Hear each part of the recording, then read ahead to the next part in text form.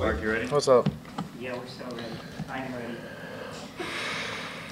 Blake, how much does this, I mean, you have a tendency to throw water on hype leading into games, but you have to feel like there's got to be a little bit of juice for this one, especially for the defense. Yeah, definitely. I mean, I think anytime doesn't work. You get to go play a team that's 4-0 and playing the way they're playing. Obviously, everybody knows and is talking about how good they're doing, how good they are offensively.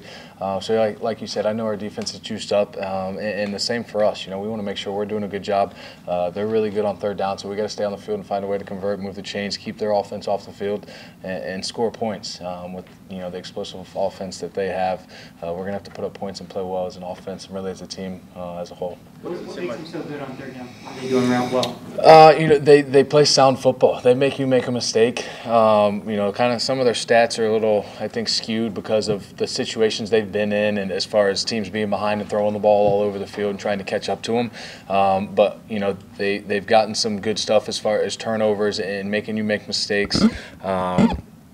Thank you. And there's been a lot of penalties. Teams have gotten a lot of penalties on them on third down, and really, it kind of seems to be teams who shot themselves in the foot when playing them, and been in a lot of third and longs.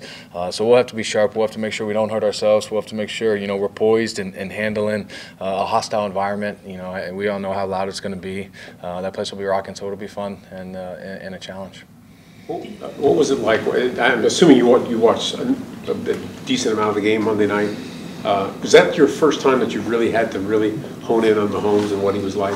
Just I've seen some of the clips and stuff that he's done. I mean, he's fun to watch. He's exciting. He can make plays. He can throw it all over the field. He can throw it with both hands. So I think anytime you see stuff like that, it's cool. He's playing extremely well. I know our defense is fired up to play against him. I'm fired up, and our offense is fired up to keep him off the field. So it'll be a challenge. It'll be a tough day. We'll have to be locked in and on top of everything in order to win. How's your left? It's good. I think I got that one. How do you simulate the crowd noise for that place? I think it's hard. We do a good job here, I think, of trying to just create noise. They put stuff over the speakers and turn it up, but I don't think you can simulate a place like Arrowhead when it's rocking.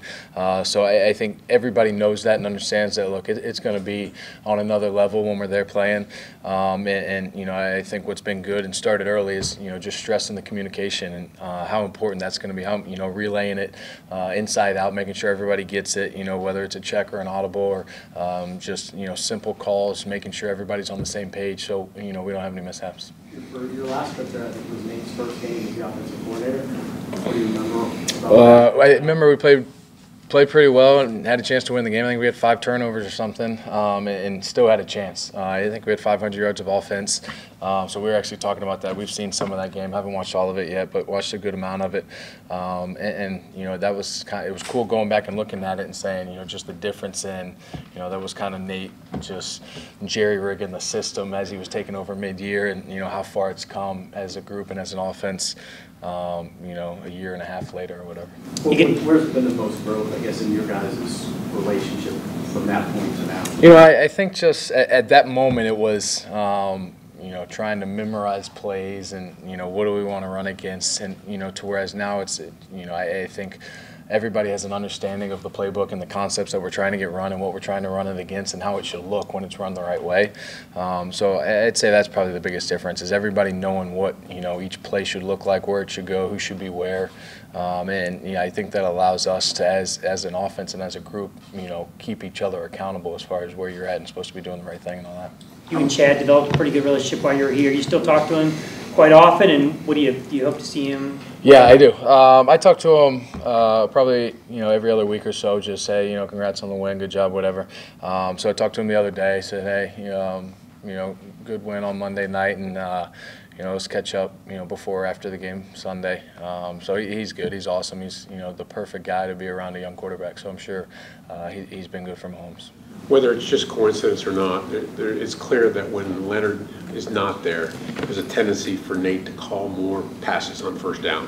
How much does that get you excited as a quarterback when you see that? 'Cause you do seem to get into a little bit better flow when you're throwing on first down. Right. I've talked about it before. I think when Leonard's not out there, everybody understands there's just going to need to be, that much more asked of you. There's going to need to be kind of that, the production that he brings is missing when he's not there, and we got to pick it up somewhere. So I know TJ and Corey take a lot of pride in that, doing it from the running back room. Me and the receivers do as well in the passing game. We know we're going to have to make up for some yards that aren't there because he's missing. So I think we're comfortable. Obviously, we want Leonard to play, want him to be healthy and out there and helping our team. But I think we've figured out how to win without him and be successful without having a great player in him out there. This is a game that emphasis on the obvious this week of just putting back to back. Yeah, huge. It was kind of something we struggled a little bit with last year and in years past here. But yeah, like Doug has said, all season long, it's a new team, it's a new year, and I think this is the perfect opportunity to kind of break that mold of going up and down, back-to-back weeks, playing good. And then following it up with the poor performance. I think this is, the perfect opportunity to kind of break that. Like, this is the kind of game that could have implications down the road. How aware are you of that, and how much does that affect how you kind of see this game? Yeah, I'm not aware of it at all. It's week 5, and it's an away game. It's an AFC opponent that's 4-0. It is about the extent of my thinking towards them. And like you said, I'm sure that down the road, if we both play the way we think we should, that it'll matter at some point. But that's a long ways away and a lot of football to be played. So I think we're focused in on doing everything we can to try and go up there and just beat them, and we'll let everything else figure itself out. What do you remember most about Chad and what he did for you when you were young? Yeah, I think the first, really my first 3 years, it was just me and Chad. I came to the bench and, he went over what the looks were the previous series with me. I learned a ton of football from him. And being, he kind of took me in when I was 21 years old, came here, and, I'd go over to his house and his wife would cook for me, and, I'd hang out with, them and their 2 kids, and we did a lot of stuff together. So he was a huge part of kind of, my growing through, I guess, football as a professional athlete, on and off the field. So I owe a lot to him. Thanks, Blake. Appreciate it. Invite your mic, though.